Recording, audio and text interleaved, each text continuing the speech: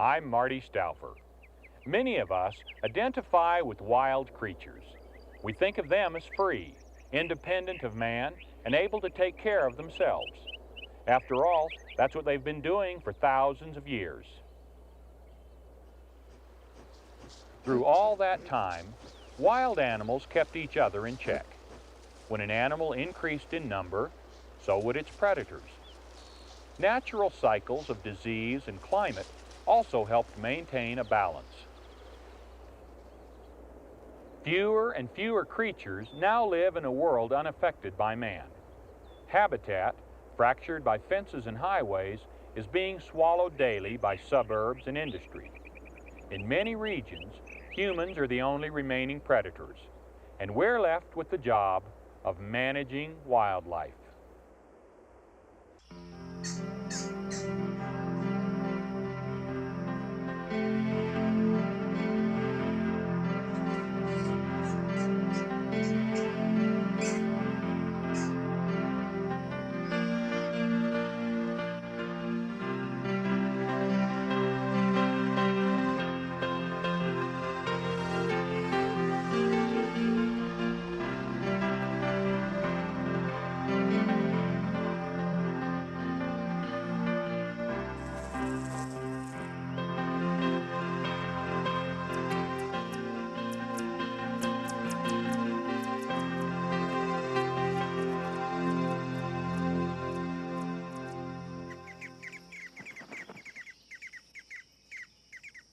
In the world of nature, all animals survive by feeding on other living things. In turn, all animals face threats from competition with their own kind, weather, disease, and predators.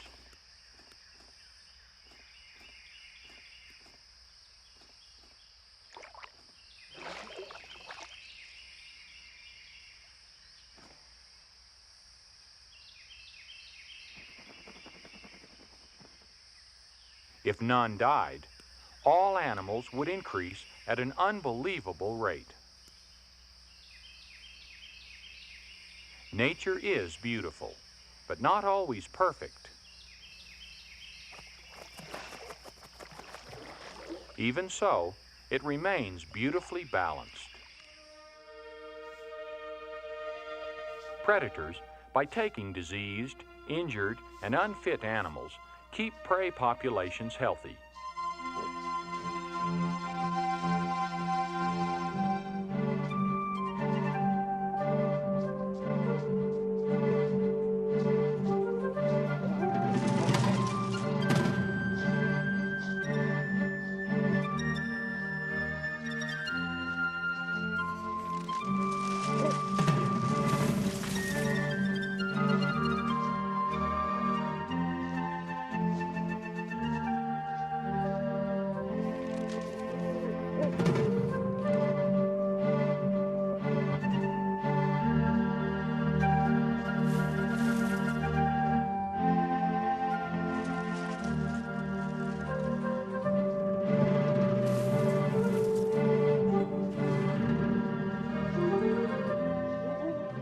This continual struggle of the hungry and the hunted creates the balance.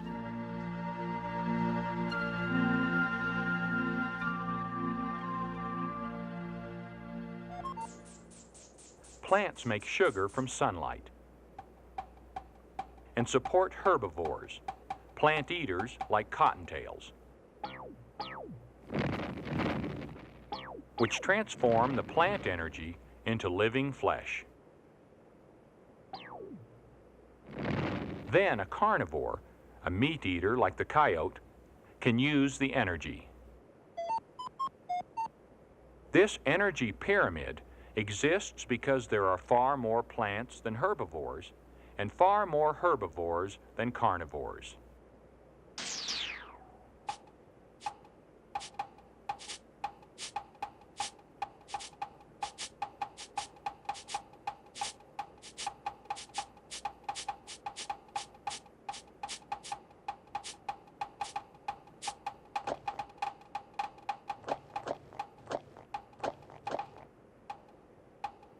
Animal populations fluctuate as the availability of their food increases and decreases.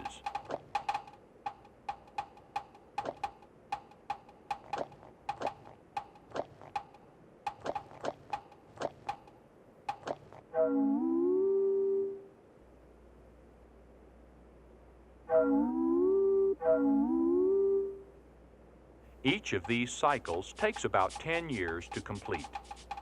This food chain is just one of the many in nature.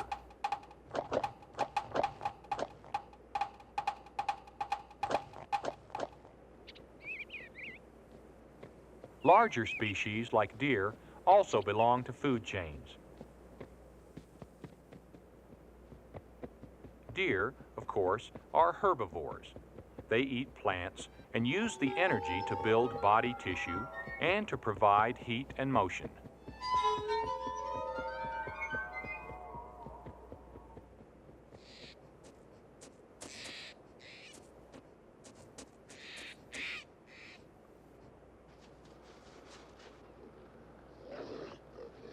Predators and scavengers, to survive, must eat flesh and transform its energy into their own heat and motion.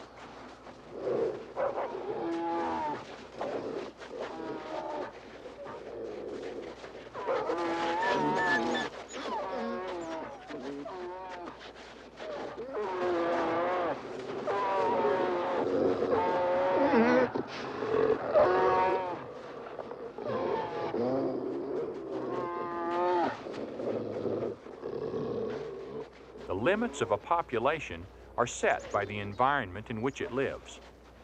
Within those limits, the drama of survival unfolds as energy, vital to all life, is transferred.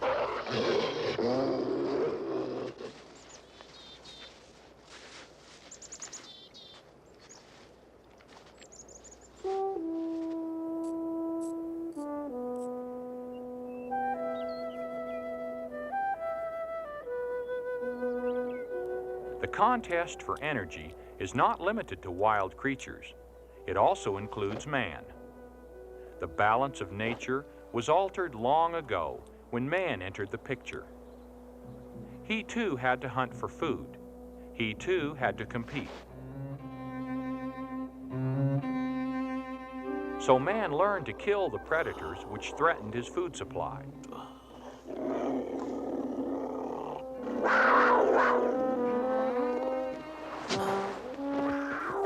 And gradually, he became the greatest predator of all. Today, man still delights in the conquest of nature. Modern man continues to compete with predators, even though he no longer must hunt to survive. Most of our large wild predators have been killed off. Without them, certain prey species, like the white-tailed deer, will increase in number and suffer disease, stunted growth, habitat destruction, and eventually starvation.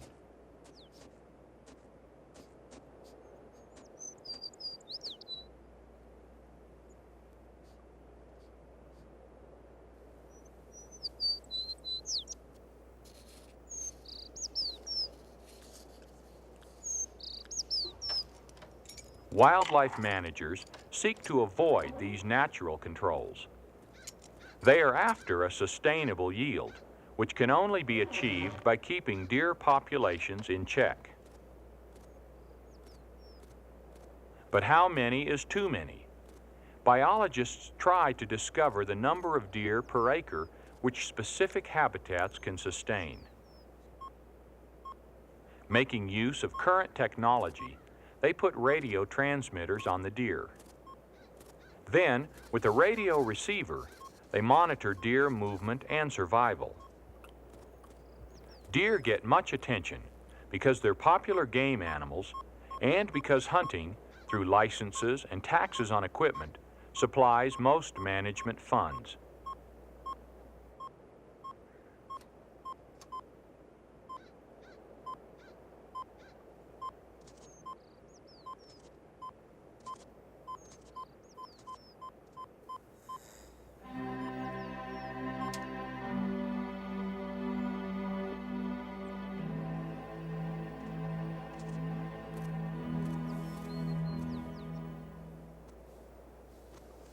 Finding a stricken deer, this biologist checks for signs of injury or disease.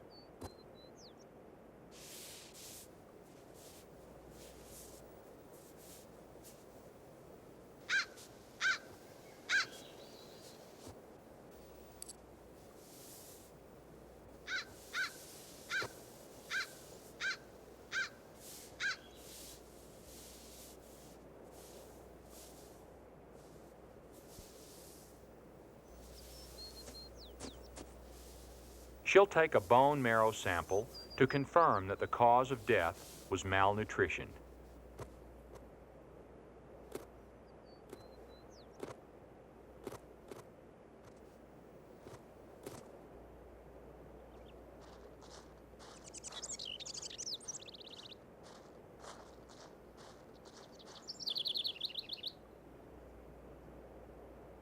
In the opinion of some, hunting offers a kinder death than starvation. A large part of managing wildlife involves the limiting of animal populations through hunting by humans. Though sometimes controversial, hunting does control animal numbers. And it clearly provides much of the support which makes all wildlife management possible.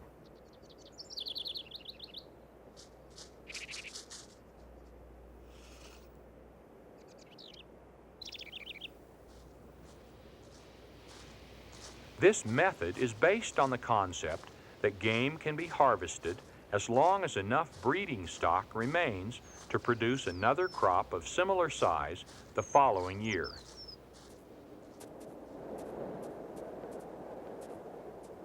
Yet thousands of animals continue to starve each winter, their numbers too great for the available food supply.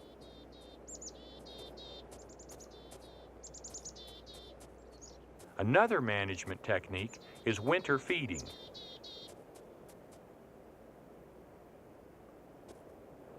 I've brought alfalfa to help the elk during a hard winter.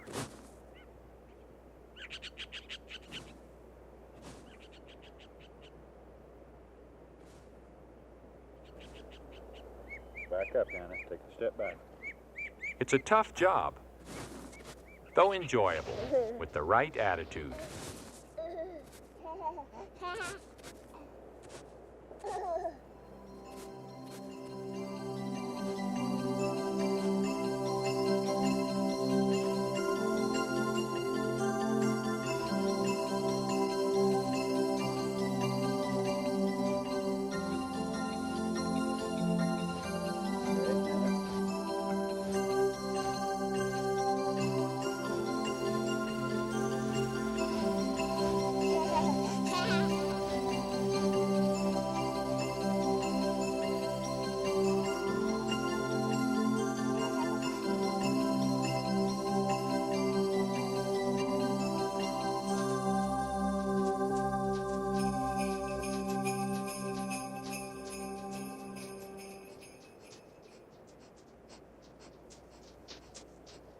Winter feeding is a temporary solution at best. It can't reach remote herds, and it concentrates those it can reach, which may mean outbreaks of disease. But the biggest criticism is that wildlife comes to depend on man. Yet in hard winters, these animals won't survive any other way.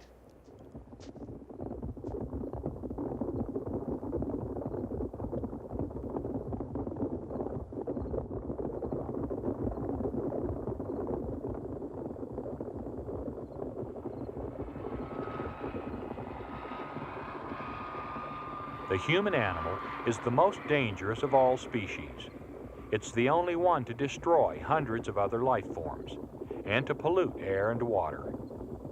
Yet this creature is also the most talented, with the power to preserve rather than plunder, to treasure rather than destroy.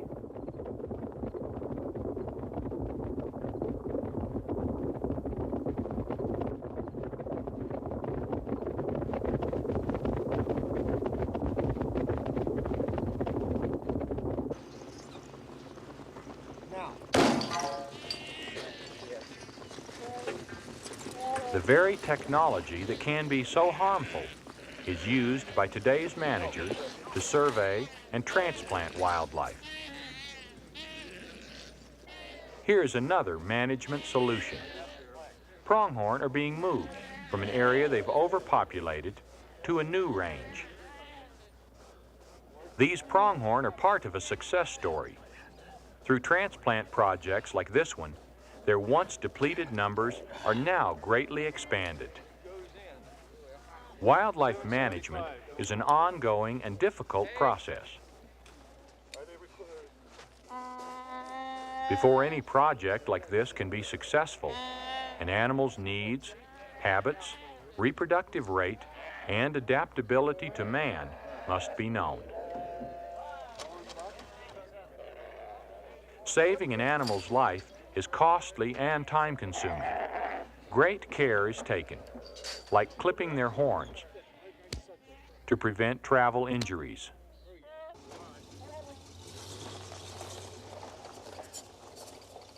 The goal of management is to balance the needs of wildlife with the needs of humans.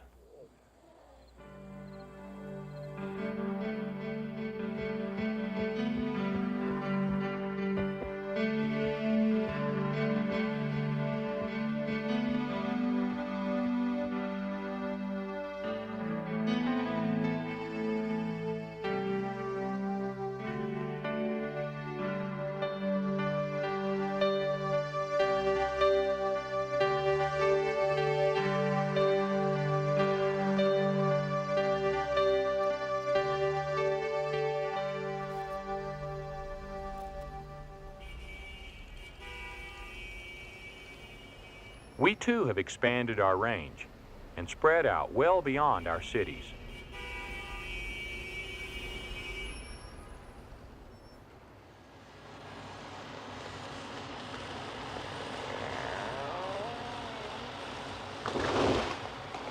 As a result, habitat loss is now a far greater problem than even the loss of predators.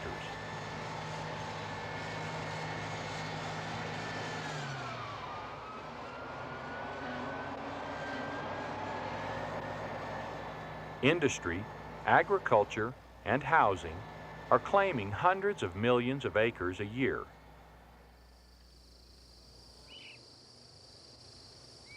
Wetlands are the richest and most productive of our habitats, yet they're often thought of as wastelands, better drained and filled for human expansion.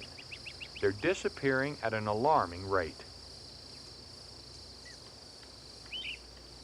Though rapidly declining, a habitat this rich will still allow some species, like the raccoon, to greatly increase.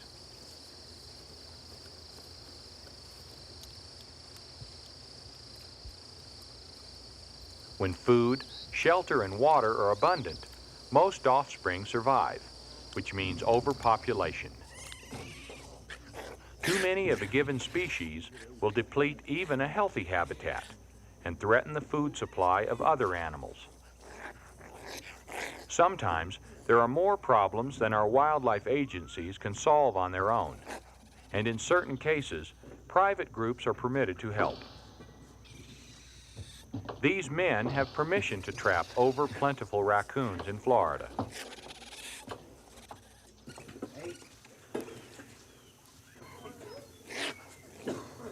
The animals are being shipped to Tennessee and the Carolinas. The handling of these raccoons in crowded cages is surely unappealing to some. But if they're left in an overcrowded natural habitat, most will soon be dead anyway.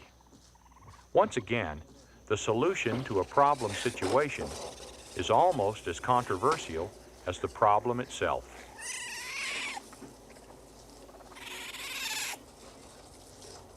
In the Appalachian Mountains, coon hunting is a popular sport, so these animals will be sold to hunting clubs.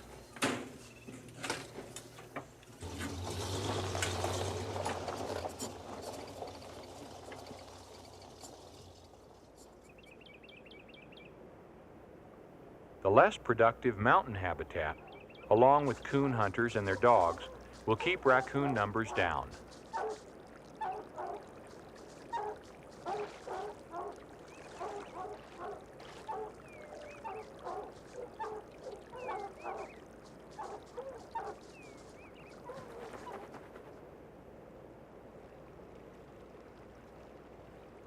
Wildlife habitat is invaluable.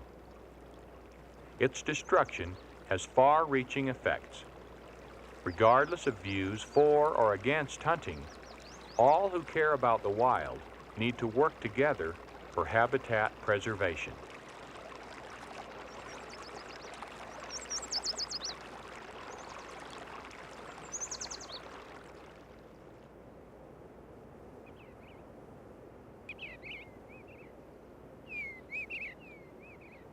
With every acre of habitat lost, our more than 300 national wildlife refuges become all the more important.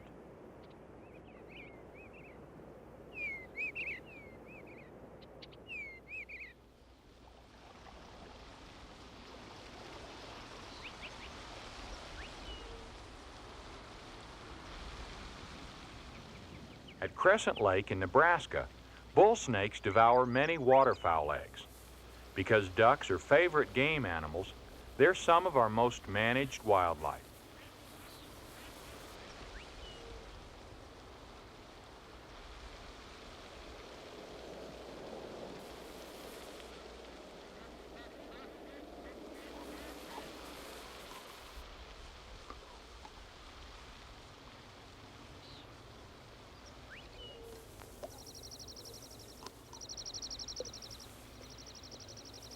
Though it eats valuable duck eggs, the bull snake is also important as a well-known predator of rodents. Managers study the bull snake so they can control this predator rather than exterminate it. They know that depleting one species upsets the balance of the entire ecosystem. To help the waterfowl by controlling one of their predators, Crescent Lake managers have invented and built snake traps. The long wings direct hunting snakes into the trap itself.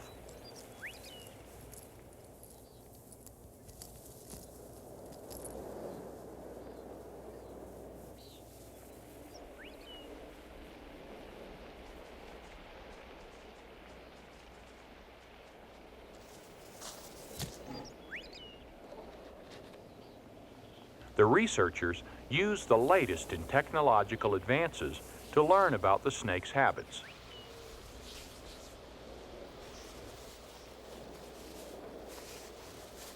After capturing a snake, it's bagged and taken to refuge headquarters, where the research team will carefully anesthetize it and implant a small radio transmitter into its belly.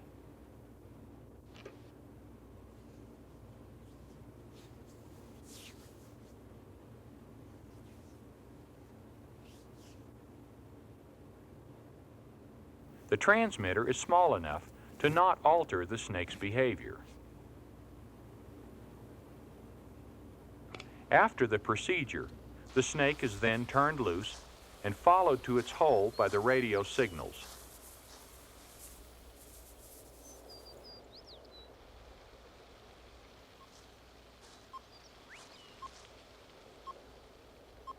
We're now learning that we can have valuable predators like the bull snake and save their prey as well.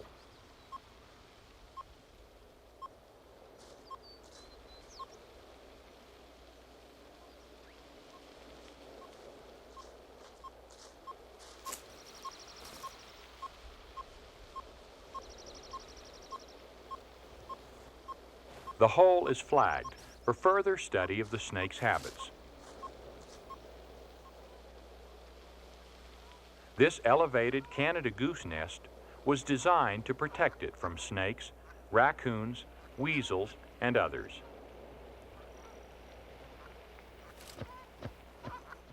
There are no easy answers or permanent solutions. The challenge for the future is to protect our remaining wildlife habitat.